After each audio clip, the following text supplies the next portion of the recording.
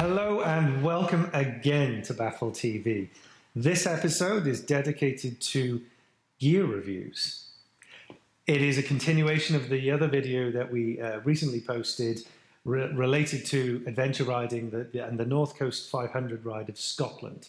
So we've been talking about battle culture, and the one thing that we aren't massively overly enthusiastic about are existing bike gear reviews. They tend to be a little bland, and we're not into bland. So instead of poking around and looking at every single feature of a particular thing, what you're going to get from us is the Baffle version of motorcycle gear reviews. Right, as part of the Baffle North Coast 500 ride, there were a few things we needed, we didn't have. And we sent out messages and we asked very politely to a lot of different people for a couple of choice bits of equipment that we thought we needed for an adventure ride. Now, first up is, and I suppose this is probably the most important default piece of kit that you're going to need when you're traveling on a motorbike, and that's a bag, right? So I got my hands on this. This is a Triumph roll bag, which is completely waterproof. It is a 30-litre bag, and I'm very enthusiastic about this bag ever since my trip. It comes with all of the straps that you need, and I never knew this until I got it. But my Scrambler has special attachments designed specifically for a Triumph bag. Right, so fitting this to a Triumph Scrambler, and I assume other Triumph bikes, absolute walk in the park. You can put everything in it. I had a sleeping bag, a tent, a roll mat, a camping stove, literally almost everything I have went in here. And 3 types of moisturising cream. Another thing you need on a, let's call it adventure ride, are some proper boots, right? Up until now, I'd always ridden with, cafe racer style, short boots, shoes almost. You need something a bit more sturdy when you're covering some serious miles. These are direct from Triumph. They're like super easy to put on and off. They're adjustable, and more to the point, they're waterproof. My old boots, I always had soggy feet, soggy socks, and you can't really do that when you're riding for 5, 6, 7 hours every single day, for days on end with nowhere to dry your gear. So these things were a lifesaver.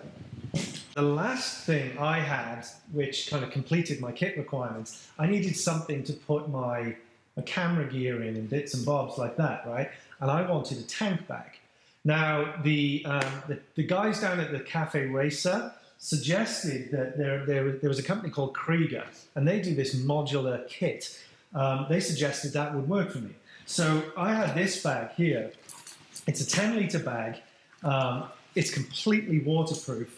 And you can actually buy a Krieger tank bag conversion kit, right? So you can get backpacks that fit onto these. But if you look, my Scrambler there has the Krieger tank conversion kit on, and then you use the bag and you just lock it down onto the conversion kit, and hey presto, you have a tank bag. This thing became indispensable. All of my important kit was in this, and it was in front of me while I was riding. And I'll be using this an awful lot more. So big shout out to Triumph for these choice pieces down here. The Cafe Racer, for providing this tank bag, and Ollie will talk about some stuff as well. We're going to link the Cafe Racer down underneath the video. So they have their own YouTube channel. Make sure you subscribe to them. They're great guys. Yeah, so moving on from what Harry was saying about the stuff he reviewed, so I was left with the task of, first of all, reviewing some of the at-fuel motorcycles in Barcelona. Our Spanish friends have sent us some of the latest rally raid outfit for this type of adventure gear and for this type of thing. And we have got, so let me get some of this for you here. So we've got this is their jacket. So first of all, the first thing that jumped out at me about this kind of kit is it's really heavyweight, really good quality stuff, and it has got it's made of cotton. and it's a really tight weave. So what I found is we were riding at height on the top of these mountains, and we were riding sometimes for an hour at a time where you had really strong wind. And one of the really nice things about this is it didn't let any of that cold wind into the jacket, so I found the wind resistance was really high, so top marks there. When it rained in Scotland, my God, it really rained. And what happened, I could wear this outfit, it's not a waterproof outfit, it's probably water resistant, it's not been coated or treated with anything, but I was wearing it for about an hour and then the water started to seep in. And so all I had at the end of the day was like a line of water down the front of my chest through the zips and things like that. So again, you know, I think that's a pretty fair shout. It's got a lot of padding. It's got like the actual like memory foam kind of padding, but actually molds to your body as you ride, like as your physique or whatever. So it's actually fits you well. And there's little things like suede underneath here, patches of leather, different bits and pieces on hardware and parts of the jacket. You've also got areas here where you can actually make the jacket smaller or bigger and tighten it up and so on. So my initial impressions on that were, yeah, really high, and recommend it. The same for the trousers, exactly the same features as the jacket, made out of the same material and so on. After days or hours of riding, I had to take the knee pads out. You know, I'm 6 foot tall and 90 kilos, and I found I had to take the knee pads out of the knees because after like 4 or 5 hours of driving, they were digging into me a bit and actually rubbing. So I took those out, and so I'd say for enduro and smaller, shorter events and things like that, wearing them for totally fine. But for really long distance, I would say probably take the knee pads out. Okay, so next up, I got my lid set up here. So first of all, you'll notice I've got the Fuel Rally Raid goggles.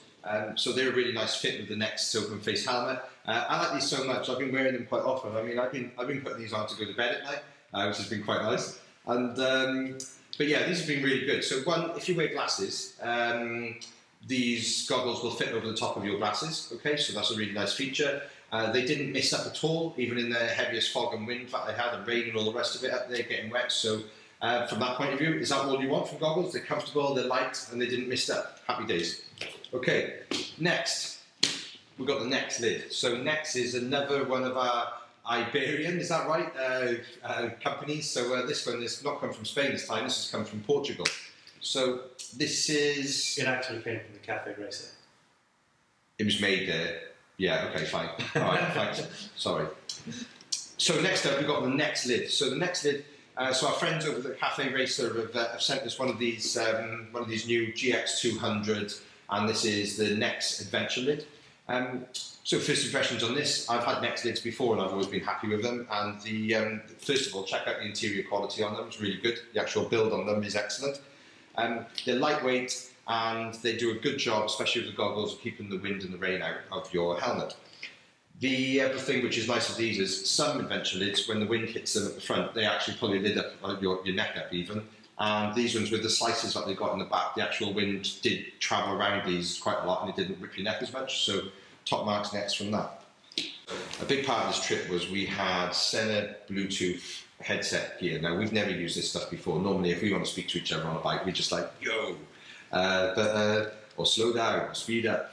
We've got our own little things that we do. But so me and Harry, what did we do? We put on, you wouldn't normally see this kind of kit, I don't think, on adventure helmets. Normally you see this on closed or not open face adventure helmets, you see them on closed. So what we thought, right, we'll put the SENA stuff to the ultimate test. And this is how it goes. So the microphone goes here at the front, okay? And we've got the thread that you take all the padding off, thread it all through, clamp them on the side, charge them up. They were really nice and easy to pair together. The actual wheel that you jog around to actually control it, that takes a bit of getting used to, especially when you've got gloves on. It takes a bit of time to get the hang of how you do it and all the rest of it. But on the simple one, you push that button on the side to talk to your mate, okay? And that works really well. We found difficulties at the beginning of it when we didn't put the boom cover over the microphone. As soon as we put the boom cover over, instead of the air shooting through the front of the helmet and making noise onto the microphone, that eradicated it. So then we had clear, concise conversations with each other all the way around. Some deep and meaningful stuff as well, Harry was coming out with, you know. And yeah, it was really, really good. And so I'd recommend these, nice and easy to set up. A bit more complicated to use, but you get the hang of it after a short period of time. But what was impressive of it was the speech quality, the audio quality, and the distance that you can speak to between each other. Okay, thanks everyone for tuning in to our kit review for our first kind of adventure trips instead of the cafe racer kind of stuff that we normally do. We're going to be doing more of this, and there's quite a lot of kit that we get involved in and use and ride as a team of guys, so everything from like special riding jeans, boots, gloves, hats, all that kind of stuff, and certainly there's other things like the actual kit, like the motorbike tailored camping kit and luggage and things like that we had as well. So if there's anything that anyone out there wants us to specifically review to them, as obviously of course as well as bikes, then just drop us a DM or slide into our messages somewhere and we'll help you with that. And if everyone could subscribe to Baffle Culture on Insta, you've got us on YouTube at Baffle TV, and if you could also check out our friends at Fuel Motorcycles, at SENA Deutschland, and at Cafe Racer, or at the Cafe Racer, to be able to check out where you can buy all this good gear. All right, thanks everyone, see you soon.